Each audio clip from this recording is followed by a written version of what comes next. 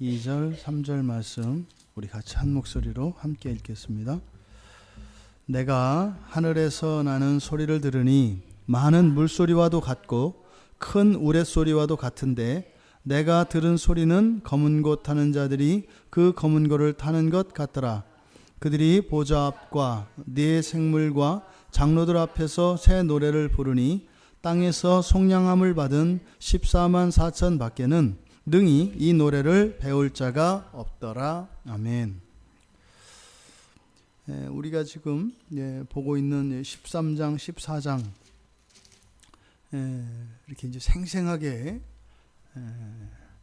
뭐 바다에서 올라온 짐승, 땅에서 올라온 짐승, 또 이제 어린 양과 함께 시온산에 서 있는 14만 4천의 성도들, 이렇게 굉장히 이제 그림 언어로 이렇게 묘사되고 있습니다.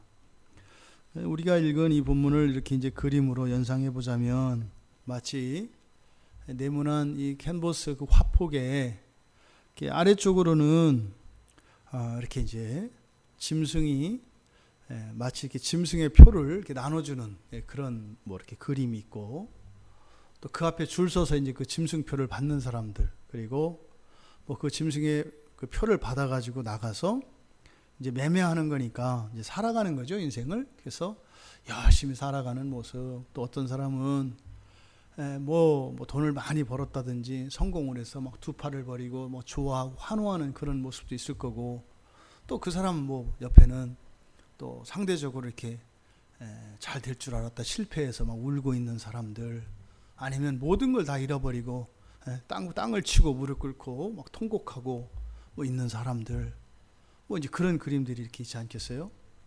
그리고 이제 또 반편으로는 짐승의 표를 받기를 거절하고 박해를 받고 핍박을 받고 심지어는 이제 순교당하고 하는 그런 이제 그림들이 캔버스 아래에 어느 한쪽에 이렇게 있겠죠. 그리고 이제 그 위쪽, 하늘을 상징하는 그 위쪽에 저 멀리 시온산이 이렇게 보이겠고, 거기에 어린 양과 함께 있는 14만 4천 명의 사람들, 이들이 함께 노래를 부르고 있는 모습이 그려진 그림과 같습니다. 이 하나의 화폭에는 크게 세 부류가 이렇게 나뉘어 있고, 거기에는 정말 천태만상의 사람들의 모습, 삶의 모습과 표정과 그런 것들이 다 나타나 있겠죠. 우리가 예수를 믿고 이 세상을 살아갑니다. 그래서 많은 사람들이 천국에 대해서 궁금해하고, 진짜 뭐 우리가 죽고 나면 그 뭐 천국에 간다는데, 뭐 예수님이 오셔서 정말 그 영원한 그 하나님 나라를 완성하신다는데 과연 그 나라가 어떤 나라냐? 사실은 이제 그게 무엇인지를 아는 정도가 우리가 이 세상에 신앙을 중심으로 살아가는 정도에 비례합니다. 그것이 무엇인지 아는 만큼 살게 되어 있죠. 그러니까 그 가치가 얼마나 크냐에 따라서 현재의 생활 속에 그 사람이 신앙의 영향을 받는 정도가 결정이 됩니다. 우리가 노동의 대가에 따라서 일을 하는 것처럼, 또 얼마만한 보상이 주어지냐에 따라서 우리가 할 수 있는 것도 있고 뭐 하지 않을 것도 있고, 그런 것처럼 말입니다. 그러니까 이 천국이 어떤 곳일까? 그래서 뭐 주일학교 어린이들은 뭐 우스갯소리로 교회 유머 있잖아요. 뭐 천국 가면 누가 이제 목사님이 거기는 맨날 그 찬양한단다. 그랬더니 뭐 애가 뭐 그다음부터 교회 안 가겠다고. 왜 그러냐니까, 이 다음에 천국 가면 맨날 예배드리고 맨날 찬양한다고 그러는데 나 그럼 거기 안 가겠다고. 뭐 이렇게 이런 유머까지 있는 거죠. 과연 우리들 마음속에 있는 그 하나님 나라, 그 천국은 어떤 모양일까요? 이게 정말 각양각색일 겁니다. 이런 얘기가 이제 성경에 자세히 안 나와 있으니까 사실은 우리가 깊이 이야기할 것은 아닙니다만, 또 그렇다고 너무 이야기를 안 하는 것도 우리가 얼마나 서로 다른지를 사실 알 수 있는 기회가 없어지기 때문에 가끔은 한 번씩 얘기해 보는 거 괜찮을 것 같아요. 나름대로 뭐 천국은 이럴 것이다, 이런 얘기들, 그런 거는 또 우리들의 신앙 가운데 유익이 되는 부분이 분명히 있을 거라고 생각을 합니다. 여러분들은 어떻게 생각하세요? 여러분들은 정말 주님이 오셔서 우리가 흔히 말하는 그 천국에 우리가 있게 되면 그 삶이 어떨 것 같으세요?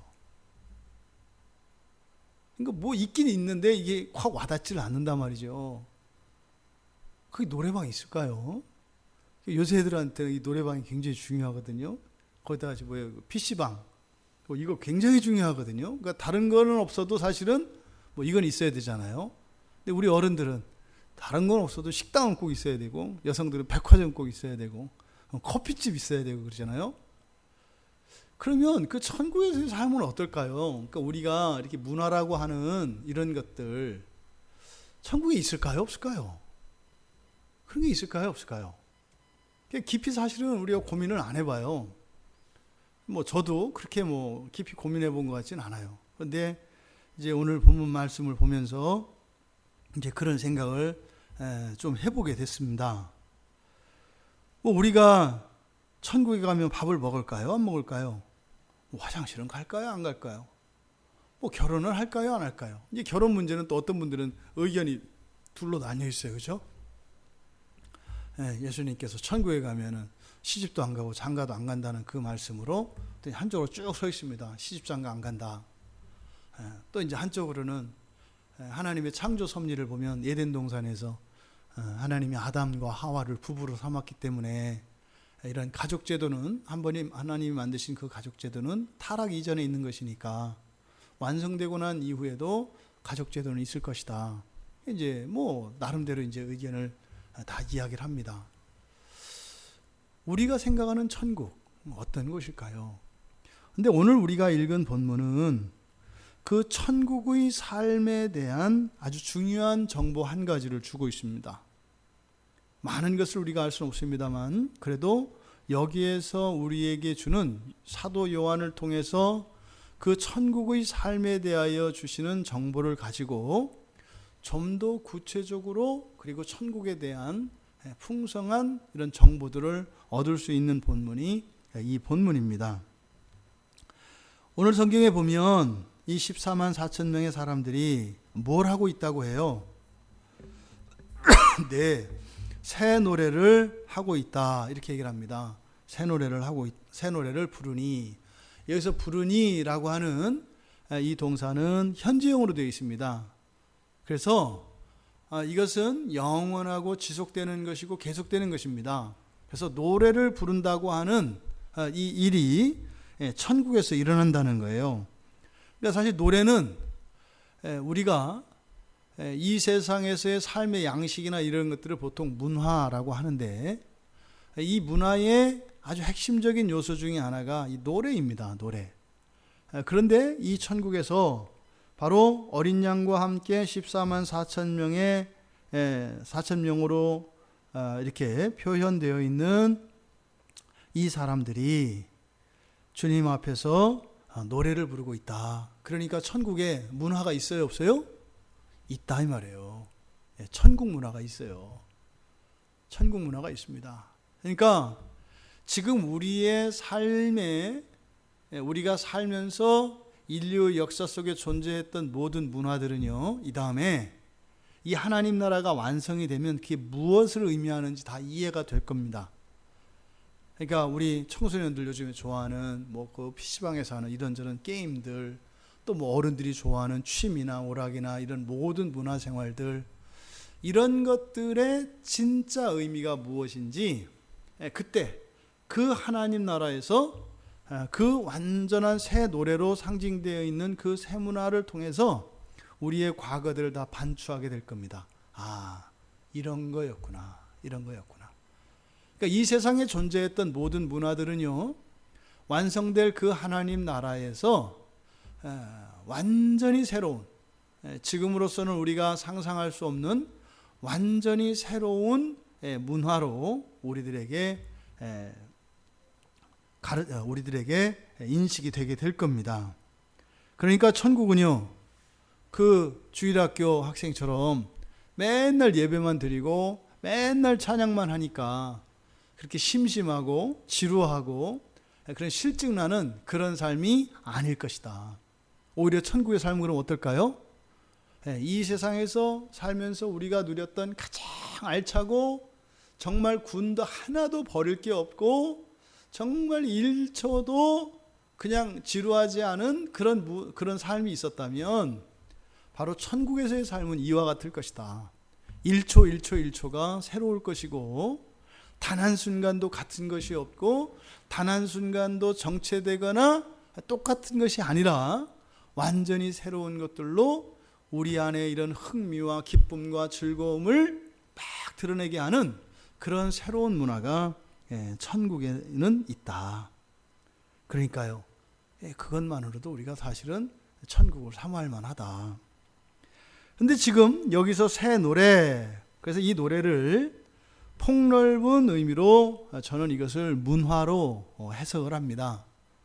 이 노래가 문화로 이렇게 해석되어질 수 있는 이유, 그것은 노래가 의미하는 바가 무엇인지, 이 성경에 쓰인 언어는 우리가 사용하는 언어와 우리가 사용하는 개념으로 또한 쓰인 것이기 때문에 이 노래가 의미하는 바가 무엇인지 그것을 우리가 살펴볼 필요가 있습니다. 첫 번째는 가장 사전적인 의미로서 노래는 그런 거잖아요. 일정한 형식의 말에다가 음을 붙여서 목소리로 나타낼 수 있게 만든 음악을 노래라고 한대요. 그러니까 노래는 뭐예요? 곡조와 가사로 이루어진 음악, 그것을 노래라고 한다 이 말이에요. 그러니까 우리가 이제 흔히 악보 이렇게 있지 않습니까? 이걸 노래라고 한다 이 말이에요. 그래서 악보를 가지고 그 악보 자체도 노래라고 하고 그 악보를 따라서 우리가 악기를 활용하고 사람의 목소리로 부르고 하는 이것을 노래라고 한다. 또 우리가 노래를 어떤 의미로 사용하나요? 그런 거 있잖아요. 엄마는 맨날 나만 보면 노래하지. 무슨 노래하지? 엄마들이 애들한테 잔소리, 공부하라고. 공부해라. 그러니까 어떻게 해요? 같은 말 계속 반복하는 걸 뭐라고 해요? 노래한다 이렇게 얘기해요. 노래라는 게 그런 의미도 있다고요. 또 뭐라고 하면 또 노래하네 이제 이렇게 하죠. 그게 이제 이 노래가 가지고 있는 사전적인 의미입니다. 또 세 번째로는 이렇게 예술의 이런 창작물, 그러니까 예술의 한 영역 가운데에서 시나 시조와 같이 이렇게 운율이 있는 그런 언어, 운율이 있는 언어를 가지고 사람의 사상이나 감정을 표현하는 이런 것을 또 이제 노래라고 합니다. 그것도 예술 작품의 하나인 거죠. 그러니까 이 노래라고 하는 것은 이와 같이 단순히 그 한 곡조 있는 그것만을 의미하는 것이 아니라 우리들의 문화 전체를 대표할 수 있는 만한 그런 의미를 가진 단어다. 그래서 여기서 새 노래를 부르는 이 사건을 이것을 보도하고 있는 사도 요한의 이 말씀을 통해서 천국에서의 삶도 문화가 있다 없다? 있다라고 하는 것을 우리가 알 수 있다 말이에요. 그런데 그 문화는 어떤 문화다? 새 노래라고 했으니까 완전히 새로운 것이라는 의미가 되겠죠. 여러분, 우리가 노래는 언제 우리가 주로 부르나요? 노래는 즐거울 때 불러요. 또요, 슬플 때도 불러요. 또 축하할 때도 불러요. 생일 축하 노래 부르잖아요. 또 장례 때도 불러요. 그러니까 생일은 태어난 것을 축하하는 노래고요. 그 다음에 사람의 죽어서 이제 무덤으로 묻힐 때 장례식에도 노래를 부른단 말이에요. 요즘에는 그게 없어진 것 같아요. 그죠? 요즘에는 그 화장을 하고 이렇게 하니까, 그리고 병원에서 보통 장례식을 치르니까, 그러니까 이 기독교인들이나 불교, 종교인들은 목탁 연부를 하니까 그것도 노래죠, 일종의. 그러니까 이렇게 노래를 쓰는데 일반 무신론자들과 신앙이 없는 사람들의 장례식에는 그러고 보니까 노래가 없어졌네요. 그죠? 없어졌어요. 옛날에는 장례식의 노래는 반드시 필요했습니다. 사실은 그 상여를 끌고 무덤까지 가는 동안 동네 한 바퀴를 돌면서 그 노래를 통해서 사실은 뭐예요? 그 사람과 관련되었던 모든 은원관계를 해소하는 카타르시스가 있었습니다. 그러니까 그 사람을 미워했던 사람도 그 죽음에 대한 죽음 앞에서 그 슬픈 곡조를 부름으로써 생전에 가졌던 악감정과 원한들을 다 내려놓게 했고, 또 그리움이 있었던 사람들, 그것이 그날 아주 깊이까지 그렇게 슬픔과 그리움을 자아내게 해서 일상생활에 빨리 적응할 수 있도록 하는 그런 역할을 했던 것 같아요. 근데 이제 오늘날 보니까 사라지고 있네요. 근데 이 노래라고 하는 것은 우리의 일상에서 뗄래야 뗄 수 없는 겁니다. 약방의 감초와 같아요. 여러분들 혹시 동전 노래방이라고 아시나요? 동전 노래방? 그 텔레비전 드라마 저 말고 동전 노래방이라고 하는 그 영업이 있다는 거 아세요? 아세요? 예. 거기 가면 이렇게 동전 500원짜리 넣으면 이렇게 노래를 부를 수 있는. 그러니까 어른들이 다니는 곳은 노래방이잖아요, 그냥. 그렇죠? 거기는 뭐 이렇게 1시간, 2시간 이렇게 돼 있지 않습니까? 근데 우리 청소년들이 다니는 요즘에 청소년들의 그 문화 공간으로 많이 활용되는 곳이 그 동전 노래방이라는 데가 있어요. 거기는 이제 그 청소년들이니까 아무래도 돈이 많지 않으니까 뭐 친구들끼리 뭐 500원씩, 1000원씩 모아가지고 가서 거기 노래 부르고 그렇게 하는 곳이 있어요. 제가 이제 한번 가봤어요. 우리 막내하고 그래서 애들이 거기서 잘 논다 그래서 이제 문화 체험 해가지고서 이제 갔는데 굉장히 참 곤란했습니다. 우리가 무슨 학교에서 잡아온 사람들처럼 무슨 뭐 이렇게 애들이 막 드나드는 곳인데 거기 서 있으니까 거기 가니까 제가 할아버지 된 것 같더만요, 정말로. 뭐 근데 그러니까 이렇게 조그매요. 조그만 데서 이렇게 둘이 마주 앉으면 이게 딱 아직 뭐 무릎 닿을 정도. 그래서 이제 동전을 가지고 이렇게 노래를 하는데 요즘 아이들에게 있어서 이 노래는 우리들이 생각하는 것보다 굉장히 우리 아이들의 문화 속에 깊이 들어가 있고 그 가치와 의미가 매우 큽니다. 매우 큽니다. 이 노래라고 하는 것이. 그러니까 이 노래라고 하는 것은 그 약방의 감초 같아요. 이거는 예나 지금이나 마찬가지였습니다. 왜 지금 이제 가뭄 때문에 모내기를 못하고 있는 분들도 많고 이런데 그 이제 모를 심어본 분들은 알아요. 허리가 부러지는 거를 죽어나거든요. 뭐 해봤는데 이게 막 뭐 진짜로 뭐 죽음보다 더한 고통인 것 같아요. 익숙해지기 전까지는. 근데 안 아픈 사람이 없죠. 다 참는 거죠, 사실은. 그래서 줄을 띄우고 계속 모를 심어가면 이제 왔다 갔다 하면서 이렇게 심잖아요. 그러니까 어떤 사람은 점점 이렇게 좁아지는 사람이 있고, 그러면 양쪽 옆에 있는 사람은 죽어나는 거예요. 이게 넓어지거든요. 어차피 전체가 꽉 채워지면 이제 한 줄을 옮기니까 누군가가 꾀를 부리면 그 좌우에 있는 사람이 그 일을 대신하게 돼 있어요. 모내기를 하면. 그러니까 그런 사람이 옆에 오면 양 옆에 있는 사람들은 죽어나는 거죠. 1.5배 일을 해야 되니까. 그때 이제 그 고통을 잊으려고 이제 막 노래를 한다고요. 옆에서 막 추임새를 넣어주고 노래를 하면은 막 그렇게 한단 말이에요. 또 군인들도 마찬가지입니다. 군인들도 아주 어려운 행군이나 구보를 한다든지 막 이렇게 할 때 군가에 맞춰서 그 노래 장단에 맞춰서 막 나갑니다. 그래서 이 노래는 우리가 노동의 현장이나 전투의 현장, 심지어는 오락과 일상생활의 모든 영역 안에 다 들어가 있습니다. 그만큼 노래가 사용되는 곳은 다양하고 이 노래가 없이는 살 수 없는 것이 인류인 것 같은 그런 역사의 기록들을 우리가 볼 수 있습니다. 보통 우리나라 이제 잘 부르는 노래를 대중가요라고 하잖아요. 그렇죠? 그래서 나라마다 그 대중가요 이제 자기들 나라 말로 이렇게 쭉 있단 말이에요. 오늘날은 그러니까 뭐 저희들이 그러니까 이제 우리들이 살아갈 청소년기와 보통 뭐 한 30대, 40대까지만 하더라도 그냥 대중가요라는 말이 우리 대중가요라는 말을 썼던 것 같아요. 우리나라 한국 사람들이 부르는 노래를 대중가요라고. 근데 요즘은 대중가요라고 안 해요. 뭐라고 하죠? 요새 지금 시대에 뒤처지고 있는 거예요. 그 대중가요라는 말을 안 써요, 요즘에는. 대신 쓰는 게 뭘까요? K-팝이라는 말을 써요. 근데 여러분들이 느끼기에 어른들은 K-팝이라는 말을 들으면 요즘 아이들이 부르는 노래 이렇게 느낌을 갖거든요. 그런데 이 K-팝이라는 말이 우리가 사용하던 대중가요라는 말을 대체한 말이에요. 일본은 뭐 J-팝 뭐 이런 식으로 씁니다. 그러니까 중국은 무슨 팝이겠어요? C-팝, 차이나 그러니까. 그러니까 이게 사실은 프랑스 같은 경우는 샹송, 독일은 슐라거 해가지고 이렇게 명칭들이 있어요. 자기 말을 쓰거든요. 그런데 이상하게요. 중국, 한국, 일본 여기는 우리말을 그러니까 자기들 고유의 말을 잃어버리고 미국의 단어를 갖다 써요. 이 팝이라고 하는 것은 여러분들 옛날에 우리 청소년 때 팝송 그럼 뭐였어요? 미국 노래였잖아요. 미국 노래.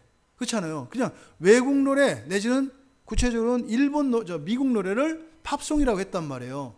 우리 대중가요가 있고 또 미국 대중가요인 팝송이 있었다고요. 근데 지금은 대중가요라는 말을 쓰지 않고 K-팝이라고 바꿔버렸어요. 그러니까 뭐겠어요? 우리가 모르는 사이에 이쪽 아시아권에 특히 동아시아 지역에 미국 문화가 굉장히 영향력을 강하게 행사하고 있다라고 하는 것을 우리가 알 수 있어요. 근데 어쨌든 어떤 나라마다 이렇게 대중가요가 다 있습니다. 시대를 초월해서 부르는 그런 대중가요들이 다 있습니다. 그만큼 이 노래는 문화에 굉장히 중요합니다. 그렇다면 성경도 사람이 살았던 이야기잖아요. 하나님에 대한 이야기입니다만 사람이 살았던 그 역사가 또 이 안에 역사성이 있잖아요. 그러면 이 성경 안에도 노래에 대한 이야기가 있겠어요, 없겠어요? 당연히 있겠죠. 당연히 있겠죠. 맨 처음에 성경의 구약에서 맨 처음 이 노래가 등장하는 곳이 창세기 31장입니다. 창세기 31장 27절에 여기가 어디 대목이냐면 야곱이 라반 집에서 도망가는 장면이에요. 드라빔을 감추고 이제 몰래 외삼촌 몰래 이제 막 도망가잖아요. 도망가다가 라반이 쫓아와서 붙잡잖아요. 딱 붙잡고 나서 라반이 야곱을 막 야단친단 말이에요. 그때 야단치면서 라반이 그렇게 얘기를 해요. 야, 네가 나한테 얘기하고 간다 그랬으면 내가 좋게 보내줬을 거 아니야. 이렇게 이제 하는 얘기예요. 그래서 31장 27절에 보면 이렇게 되어 있습니다. 내가 즐거움과 노래와 북과 수금으로 너를 보내겠거늘 어째서 나를 속이고 가만히 도망하고 내게 알리지 않았냐 이렇게 얘기한단 말이에요. 그러니까 여기에서 이때 당시에도 뭐가 있었어요? 노래가 있었어요. 이게 보니까 지금 라반이 야곱에게 이야기하는 바는 뭐예요? 잔치를 벌려서, 그렇죠? 그걸 오히려 축복해 주면서 보냈을 거다 이렇게 얘기하는데 라반이 하는 그 말 속에 이 노래라고 하는 말이 나와요. 노래. 이 쉬라라고 하는 히브리어인데 그러니까 이때 당시에도 뭐가 있었다? 노래가 있었구나. 노래가 있었구나. 이게 성경에서 맨 처음 발견하는 첫 대목이 바로 여기 창세기 31장 27절입니다. 근데 성경에 보면은 많은 노래들이 나와요. 그 중에 가장 대표적인 노래들이 이제 몇 개가 있는데 이제 출애굽기 15장은 이제 애굽에서 홍해를 가르고 이제 탈출한 이스라엘 백성들이 탈출하기 직전에 홍해가 딱 닫히면서 쫓아오던 애굽의 전차부가 다 물에 몰살당하잖아요. 그때 홍해 이편에서 구원하신 하나님을 찬양하고 감사하는 노래를 불러요. 그게 이제 출애굽기 15장에 있는 모세와 이스라엘 자손의 노래인데 보통 이거를 모세의 노래라고 이야기를 합니다. 그리고 바로 뒤이어서 모세의 누나인 미리암이 소고를 치고 춤을 치면서 또 노래하는 이 장면이 나옵니다. 그리고 그 다음에 출애굽기 32장에 가면 32장은 바로 금송아지 사건이 있는 곳입니다. 출애굽기 32장에서 이스라엘 백성들이 시내산에 올라간 모세가 내려오지 않으니까 그 사이에 아론을 겁박해서 금송아지 우상을 만들지 않습니까? 그리고 나서 그 금송아지 주변을 빙글빙글 돌면서 막 그들이 춤추며 노래를 부르는 장면이 나옵니다. 출애굽기 32장 18절 19절에 보면 그 우상을 만들고 기뻐서 막 춤추고 노래해요. 그러니까 이 노래는 재래의식에도 사용이 됩니다. 예배 때도 이 노래가 사용이 되죠. 그 다음에 또 나오는 노래가 민수기 21장 그 불뱀 사건이 있었던 때 부르는 노래입니다. 그 불뱀 사건이 있고 난 이후에 우물들을 향하여 하나님께 이제 우물이 없으면은 물을 마실 수가 없잖아요. 그래서 여호와께서 우물을 주시고 그때 백성들이 노래를 부르는데 자신들의 소원을 노래 불러요. 뭐라고요? 우물들아 솟아나라 이렇게 노래를 한다고요. 그걸 노래했다고 해요. 그러니까 노래는 또 어떻게 해요? 기도를 노래의 형식으로 했던 것을 우리가 알 수 있어요. 그리고 모세오경의 마지막 신명기 31장 19절에 가서는 적극적으로 하나님께서 노래에 대해서 말씀을 하세요. 여기서는 뭐라고 말씀을 하시냐면 31장 19절에 가면 하나님 말씀들을 가르치고 전수하는 수단으로서 노래를 가르치라고 이야기해요. 그러니까요, 우리가 이렇게 성경 목록가를 외우고 천자문을 외우고 할 때 이렇게 리듬을 타고 노래를 만들고 하는 것이 바로 여기 신명기 31장의 19절에서 하나님께서 이스라엘 백성들에게 가르쳐 주셨던 신앙 교육과 신앙 전수 방식이에요.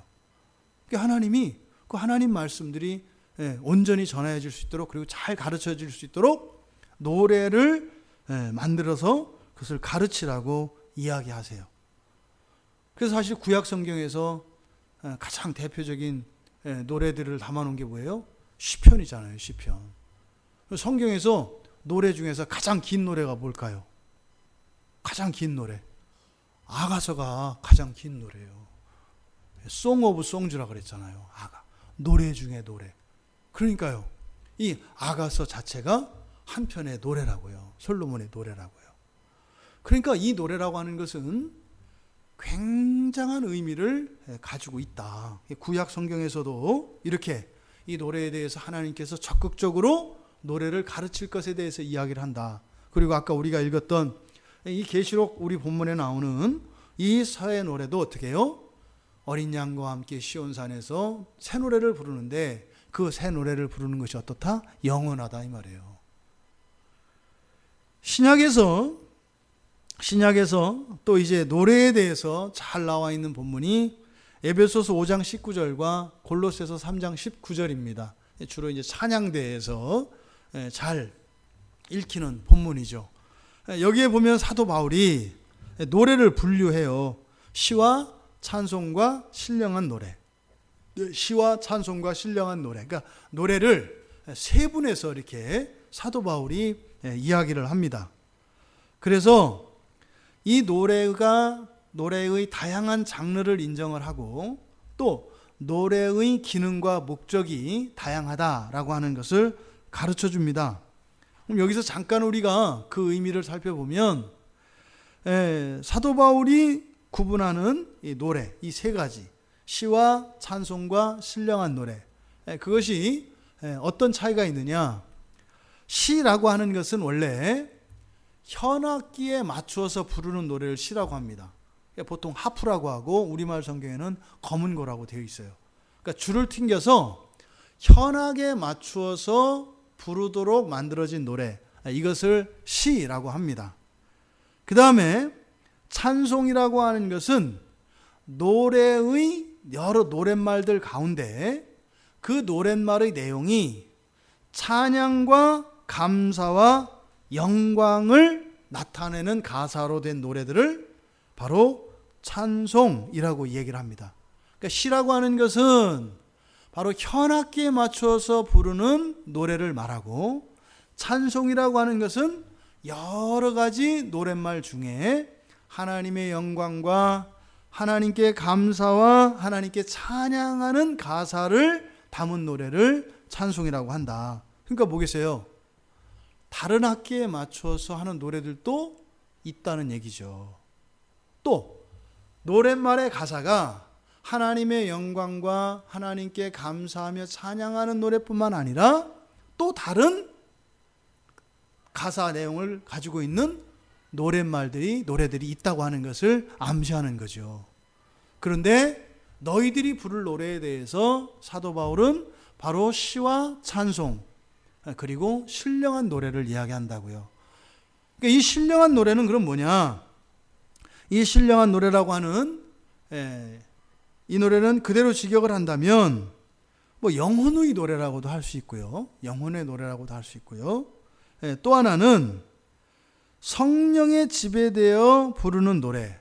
그러니까 이것은 악기를 사용하지 않고, 그러니까 지금 우리식으로 하자면 무반주로 노래를 하되 그것이 성령의 감동으로 우리 안에서 신앙 고백적인 내용으로 부르는 노래를 신령한 노래라고 합니다.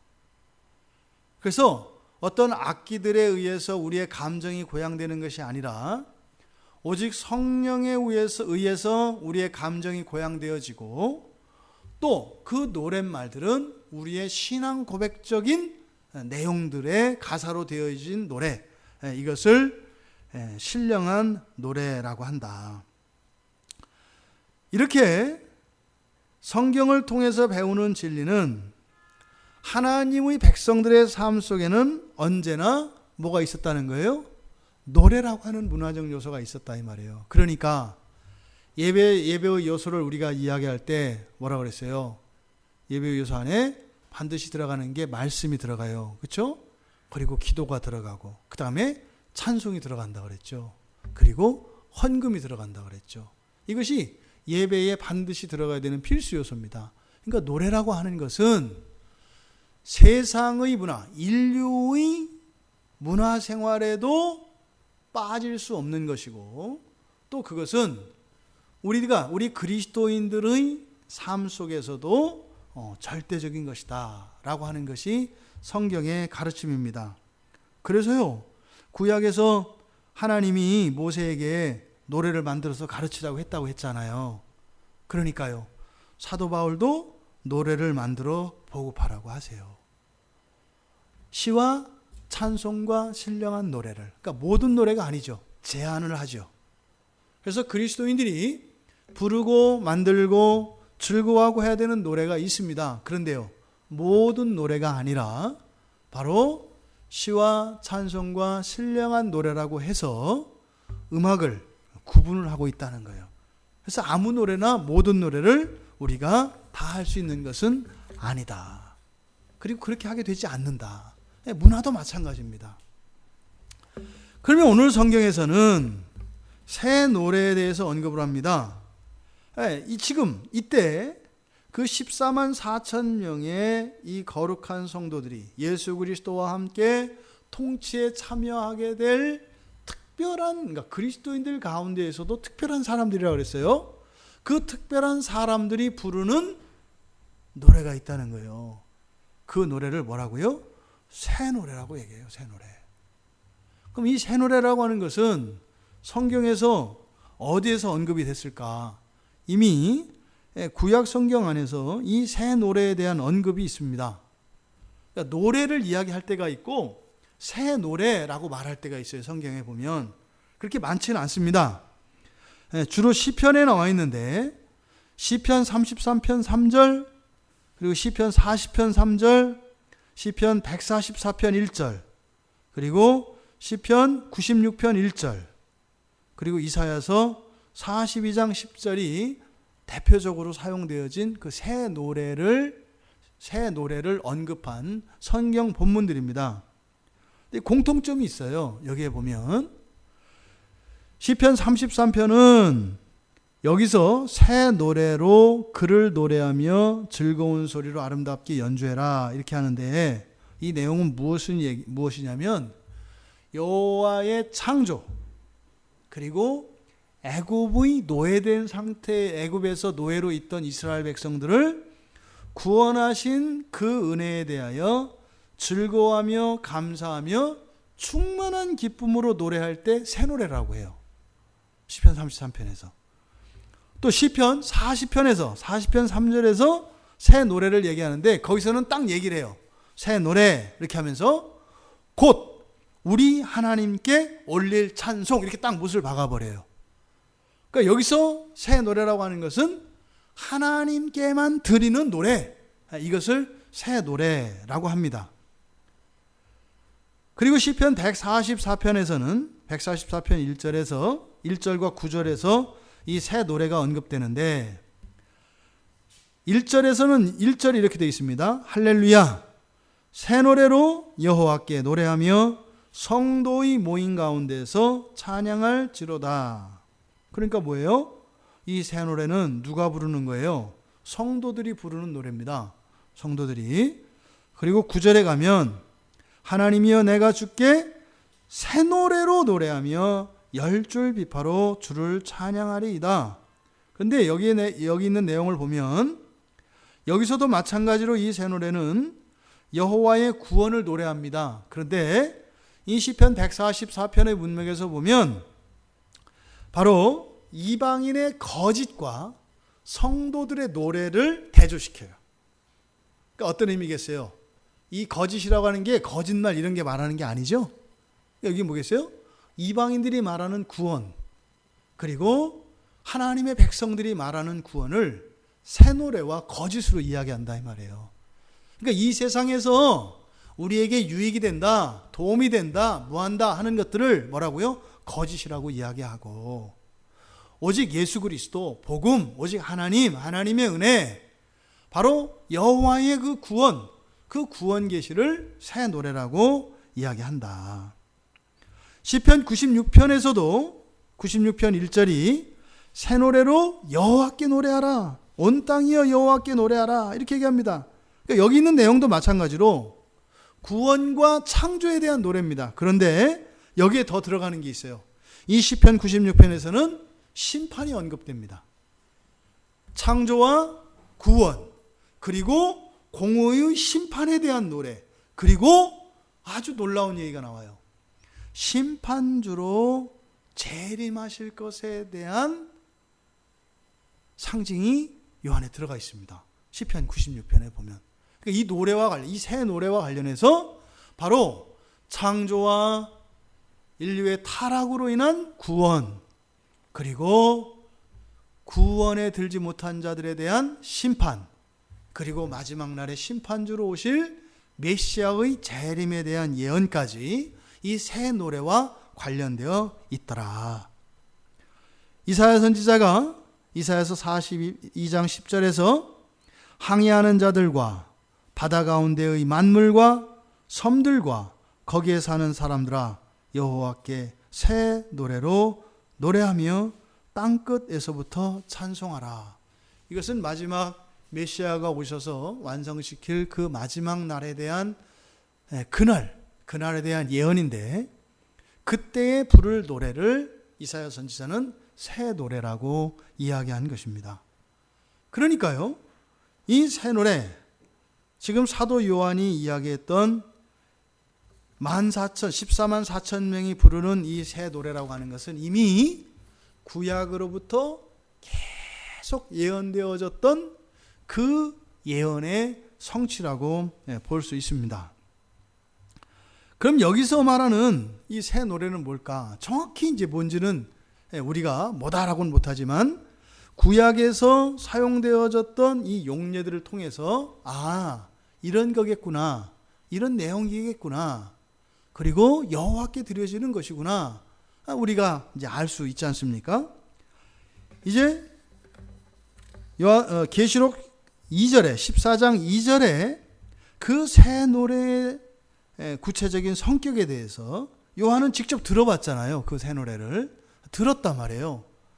그리고 나서 그 들은 소감을 2절에 밝히고 있습니다. 사도 요한이 그 새 노래를 들었는데 내가 하늘에서 나는 소리를 들으니, 이게 새 노래죠. 어떻대요?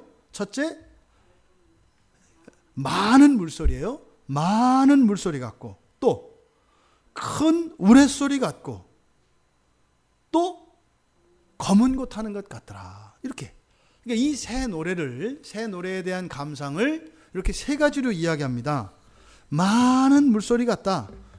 여러분, 많은 물소리가 강물일까요? 바닷물일까요? 폭포일까요? 근데 여러분 생각해 보세요. 언뜻 우리가 생각하기에 많은 물소리 하면 소리가 클 것 같아요? 작을 것 같아요? 많으니까 클 것 같잖아요.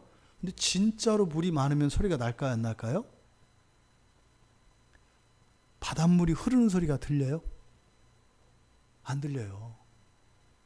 조그만 시내는요, 물 흐르는 소리가 들려요? 안 들려요? 들려요. 절절절절절절절 흐릅니다. 아주 큰 강을 가면, 한강만 가도 소리가 안 들려요. 뭐 저 황하강이나 이런 데 가면은 뭐 한강은 그냥 또랑이라면서요. 그러니까 많은 물소리라고 할 때 우리가 언뜻 생각하기에는, 그냥 쉽게 생각하기에는 큰 소리로 생각하는데 그렇지가 않아요. 사실은 많은 물소리가 내는 소리는 무엇일까요? 정적이에요. 오히려 고요합니다. 바닷가에 파도 칠 때 물결이 쳐서 무엇인가에 부딪혀서 파도 소리를 내잖아요. 땅바닥을 흐르면서 땅바닥을 스치면서 소리를 내잖아요. 그런데 많은 물이 있는 바다와 큰 강에는 소리가 있어요, 없어요? 없어요. 그러니까 사도 요한이 들었던 그 새 노래는 뭐 현란한 뭐 이런 게 아니라 우선 사도 요한에게 딱 들려졌던 첫 번째 느낌은 뭐였다고요? 고요함이었다고요. 근데요, 고요함은 소리가 없는 거잖아요. 근데 사도 요한은 분명히 들었다고 얘기한단 말이에요. 들었다. 근데 많은 물소리와 같았다. 근데 여러분, 음악이 가지는 여러 가지 효과가 있습니다. 사람의 감정을 막 고양시키기도 해요. 그죠? 또 어떤 음악은요, 차분히 가라앉히기도 하지요. 그러니까 우리가 조금 더 이 말씀을 깊이 이렇게 생각을 해보니까 사도 요한이 많은 물소리 같다라고 했을 때 사도 요한이 지금 말하고자 하는 말은 무엇이겠어요? 그렇게 거대한 바다의 고요함과 같은 음악인 거예요. 우리의 귀를 시끄럽게 하거나 우리의 마음에 거치는 게 하나도 없는, 그래서 마치 뭐예요? 완벽한 정적과 같은 음악이다 이 말이에요. 정적은 우리의 마음에 거치는 게 없다는 뜻이고, 소리는 있다 이 말이에요. 노래는 있어요. 근데 그 노래가 얼마나 마치 그 뭐예요? 그 갑자기 그 광고, 음료수 광고가 생각나는데, 뭐 이렇게 뭐 스포츠 음료 같은 거 하면은 뭐 그냥 몸에 이렇게 막 확 빨려 들어가는 것 같은. 그러니까 지금 새 노래라는 게 어떤 거예요? 그냥 온몸으로 이렇게 받아들여지는 것 같은 그런 노래였다.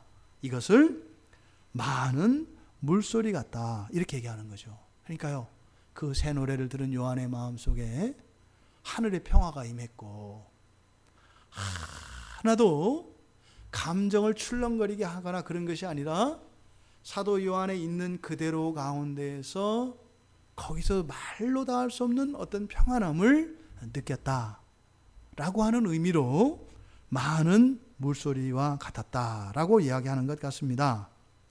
두 번째로 그 새 노래는 어쨌대요? 큰 우레소리 같고, 그러니까 우레소리는 그냥 크다 하지 않아도 자연에서 우리가 들을 수 있는 가장 큰 소리가 우레소리예요. 우르릉 쾅쾅. 그런데 그 중에서도 큰 우레소리라고 합니다. 그러니까 여기서 사도 요한이 큰 우레소리라고 했다는 것은 뭐겠어요? 너무 커서 우리의 막 귀가 따갑거나 힘들게 하는 그런 의미는 아니에요. 그죠? 왜? 바로 앞에서 이미 많은 물소리라고 하는 이 느낌을 통해서 새 노래가 우리에게는 어떠한 거부감도 주지 않고, 마치 이것이 외부에서 들리는 것인지 내 안에서 울려나는 것인지도 구분할 수 없을 정도로 내가 노래가 된 것 같은 그런 느낌을 먼저 이야기했기 때문에, 그 다음에 이야기하는 큰 우레소리라고 하는 것은 큰 소리를 의미하는데, 큰 소리가 의미하는 바는 또 뭐겠어요? 모두가 들을 수 있는 소리지요. 모두가 들을 수 있는 소리라는 거예요.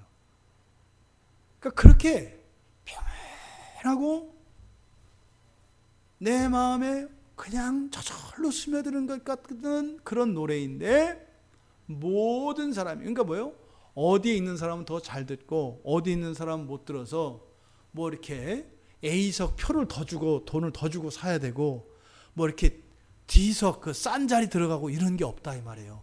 그래서 여기서 부르는 노래는요, 온 우주 가운데 울려 퍼지는 우주 끝에서 우주까지 다 들리는 그런 새 노래였다. 그러니까요, 하나님의 모든 창조 세계가 이 새 노래로 가득 차서 울려 퍼지는 것을 여기서 큰 우레소리 같다, 이렇게 얘기하는 거죠. 그러니까 그 새 노래를 듣는 사람들은 어떻겠어요? 그 새 노래를 듣는 모든 만물들은 어떻겠어요? 함께 속으로 찬양하지 않겠어요? 그러고 싶은 마음이 들지 않겠어요? 그런데 세 번째로 사도 요한은 그 새 노래에 대해서 뭐한다? 검은 것 하는 것 같다. 여기서는 뭐겠어요? 아름다운 소리를 말하겠죠. 기교와 곡조를 말하는 거니까 가장 아름다운 소리로 이 검은 곡, 하프 소리를 이야기하는 것이겠죠.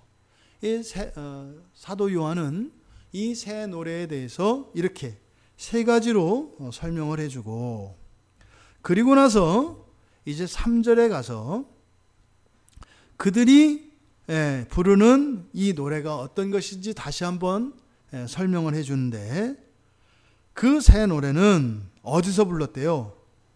보좌 앞과 네 생물과 장로들 앞에서 불렀다.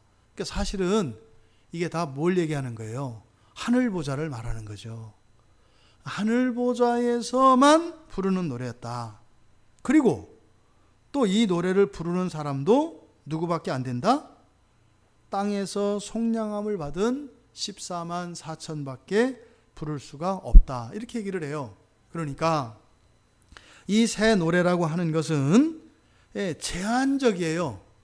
장소는 보좌 앞입니다. 보좌 앞에서만 이 노래가 불려져요. 그러니까 이 노래를 부르려면 어디로 가야 돼요? 보좌 앞에 가야 된다 이 말이에요. 그리고 또 한편 이 노래는 그때 가서 이렇게 배울 수 있는 노래가 아니라는 거죠. 제한된 사람들만 부를 수 있는 노래라는 거예요.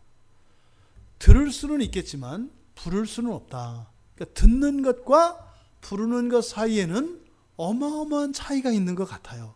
그래서 앞에서 이 노래는 모두 다 들을 수 있다. 모두 다 듣고 말로 다 할 수 없는 그 평안함과 그러한 고요함을 느끼고 그 새 노래를 들음으로써 하나님을 향한 찬양과 이런 것이 나오겠지만 부르지는 못하는, 하고 싶지만 하지는 못하는 어떤 느낌인지 아시겠죠? 여러분들이 그런 거 있잖아요. 돈으로 치면 아주 가난하게 살던 사람이 너무 그 돈이 한이 됐단 말이죠. 그래서 그냥 평생을 돈을 모으는 일에 연영없이 살았어요. 그래서 어마어마한 재산을 가졌습니다. 그런데요, 이가 다 빠져버렸어요. 두 다리에 이제 힘을 잃어서 걸어갈 기력도 없어요. 심지어는요, 침대에서 몸을 일으키고 그럴 기력도 없어요. 그러니 어떻겠어요? 입맛도 없지요. 하고 싶은 것도 없지요. 인생을 되돌아보지 않겠습니까? 옛날에는 그렇게 하고 싶은 것도 많았고, 사고 싶은 것도 많았고, 먹고 싶은 것도 많았고, 보고 싶은 것도 많았어요. 근데 그때는 여력이 없어서 못했어요. 그런데 다 할 수 있게 됐어요. 그런데 정작 아무것도 할 수 없어요. 지금 이런 느낌을 지금 여기서 사도 요한이 이야기하는 거죠. 이 새 노래의 제약성을 이야기하는 것은 바로 그런 겁니다. 그러니까 이 새 노래를 부르는 일은요, 이거는 기쁨 중에 기쁨이고 문화 중에 문화고 즐거움 중에 즐거움이고 최고다 이 말이에요. 근데 그것을 그때 가서 다 알게 되겠지만 그것을 향유할 수 있는, 그것을 부를 수 있는 사람들은 매우 제한되어 있다. 이 얘기를 지금 하고 있는 겁니다. 우리말 성경에 땅에서 속량함을 받은 14만 4천 밖에는 배울 자가 없더라 이렇게 돼 있잖아요. 그러니까 보세요. 속량을 받은 게 지금 그 시온산에서 보았을 때, 시온산에 지금 어린 양과 함께 14만 4천이 노래를 불러요. 그 시점에서 속량함을 받은 것은 과거예요, 현재예요? 시온산의 그 현장에서 과거죠. 그렇죠? 24만 4천이 시온산에 어린 양과 함께 서기 이전이니까 이 사람들이 살아있을 때 아니에요. 이 사람 순교자들이니까. 그러니까 땅에서 사는 동안 속량함을 받은, 그러니까 이미 그 속량은 확정되고 이미 받은 사람들이에요. 그러니까 지금 땅에서 속량함을 받은 에서 완료형을 써요. 그러니까 이 새 노래를 부르는 것과 무엇이 관계에 있다는 것을 암시해요? 이 세상에서의 삶과 관계되어 있다는 거예요. 이 새 노래를 여기서 언급하는 이유가 바로 살아있는 성도들을 위하여 아주 귀중한 정보를, 귀중한 진리를 지금 사도 요한이 우리에게 가르쳐주고 계시는 것이다. 이미 이 땅에서 14만 4천 명이 살아갈 때, 그 성도들이 이 땅에서 살아갈 때 그 새 노래를 뭐 했다는 거예요? 배웠다는 거예요. 과거에 배워서 그때 부르는 거니까 그때 가서 배울 수 있다 없다? 없다는 거예요. 우리가 보통 성화의 삶을 이야기하는데 지금 여기에서 말하는 새 노래는 바로 이런 관점이죠. 과거의 이 사건들은 우리가 바꿀 수 없단 말이에요. 예? 어제 오늘 아침 우리가 먹은 그 음식을 바꿀 수 없잖아요. 그러니까 여기서 말하는 새 노래라고 하는 것은 성도들이 지상에서 살았던 삶을 말하는데 성경에서 사용되어진 이 새 노래라고 하는 이 단어가 가지고 있는 의미들을 살펴보니까 이것은 누구께 드리는 거예요? 여호와께 드리는 것이고 그 내용은 무엇이에요? 창조와 구원과 심판, 그것에 대한 감사와 찬양과 하나님의 영광에 대한 거라는 거예요. 그러면 신자들이 이 세상을 살아가면서 하나님께 대해서 하나님께 드리는, 그리고 하나님의 창조와 구원과 심판에 대해서 감사하고 찬양하며 영광 돌리는 이것들이 뭐라는 거예요? 새 노래라는 거예요. 그러면 우리가 여기서 새 노래가 뭔지 우리가 단서를 얻을 수 있다 이 말이에요. 뭐겠어요, 여러분? 야, 우리가 이 세상을 살면서 그리스도인으로 살면서 하나님께 내가 감사한 것들, 그리고 하나님을 찬양하고 하나님의 영광을 노래하고 또 하나님의 창조와 구원에 대한 이런 고백들과 간증들, 또 우리가 기도하잖아요. 이 모든 것들이 그날에 가니까 뭐가 되는 거예요? 이게 새 노래가 되는 거예요, 여러분. 과학자들이 그런다 그랬죠. 우리 입에서 한번 발설되어진 말은 사라지지 않는데요. 이 대기권 안에 다 머물러 있다고 해요. 심지어 하나님은 우리의 모든 것을 다 기억하신다고 하죠.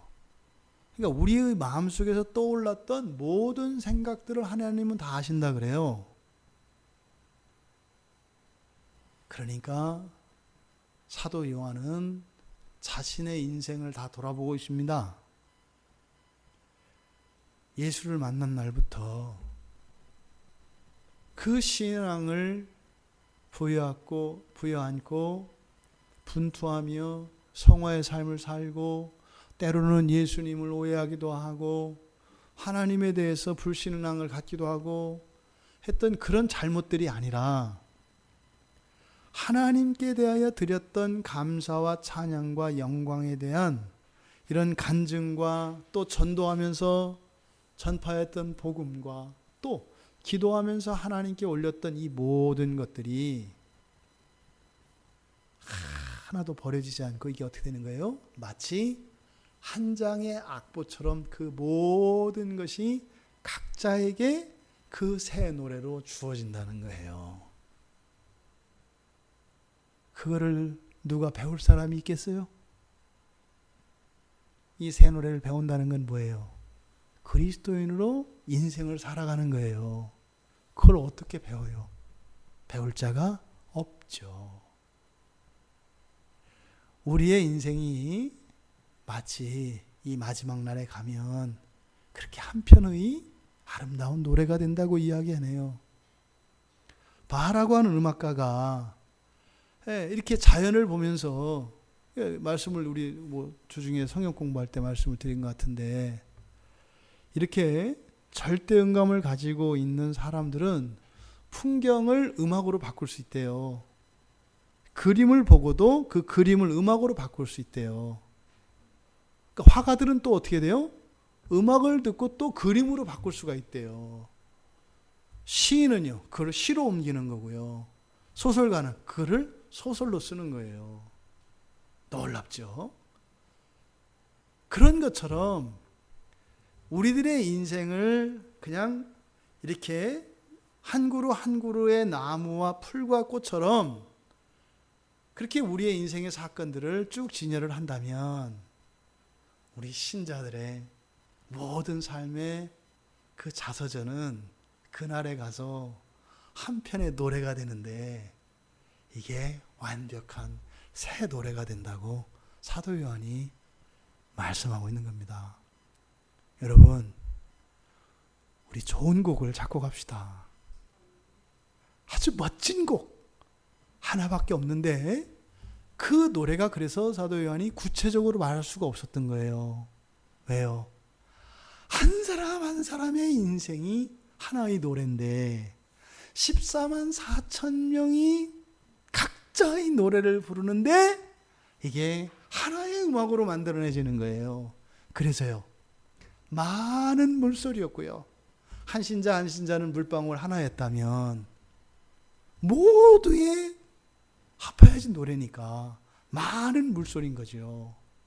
또 그것이요, 큰 우레소리죠. 한 사람 한 사람의 인생 안에 있었던 많은 우여곡절과 이 사건들을 소리의 크기로 한번 우리가 바꿔본다고 생각을 해보세요. 얼마나 요란하고 시끄러워요. 그걸 다 합쳐놨으니 큰 우레소리가 되지 않겠습니까? 그런데 이것이 하나님 앞에서 하나님께 드려졌던 이런 것들을 모으니까 어떻게 되더라? 아름다운 검은고 소리와 같이 모든 것이 정확한 질서에 의해서 이루어졌더라. 사도 요한은 이 새 노래를 들으며 어쩌면 자신의 노래를 불렀을지 모르겠습니다. 여러분, 우리들이 하나님께 드리는 고백과 찬양과 기도와 전도, 또 우리의 마음속으로 하나님을 향하여 드렸던 탄식과 이 모든 것들이 그 마지막 날에 새 노래로 불려질 것이라고 하는 사도 요한의 이 말씀이 우리들의 인생의 가치를 더욱 소중히 여기고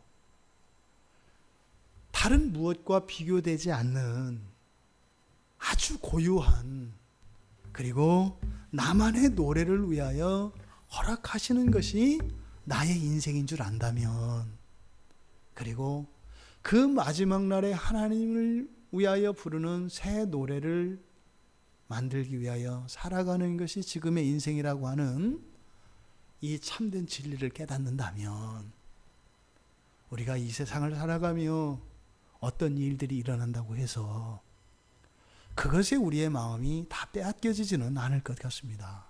여러분, 그 마지막 날 우리가 여호와의 보좌 앞에서 부를 새 노래를 위하여 살아가는 것이 나의 인생이다. 이 진리를 사도 요한이 오늘 가르쳐 주셨습니다. 이 말씀이 우리의 인생에 어둠이 있는 것 같은 그곳에 빛으로 바뀌는 역사가 일어나기를 바랍니다. 우리의 과거의 삶 속에 우리가 그 의미와 가치를 깨닫지 못하였던 그곳에 새 노래로서 하나님께 불려질 그 영광스러운 그 노래의 가치와 의미를 발견함으로써 그 영원한 날의 관점에서 우리의 인생을 재평가할 수 있는, 재해석할 수 있는 그 은혜가 우리 모두에게 부어지길 주님의 이름으로 축원합니다.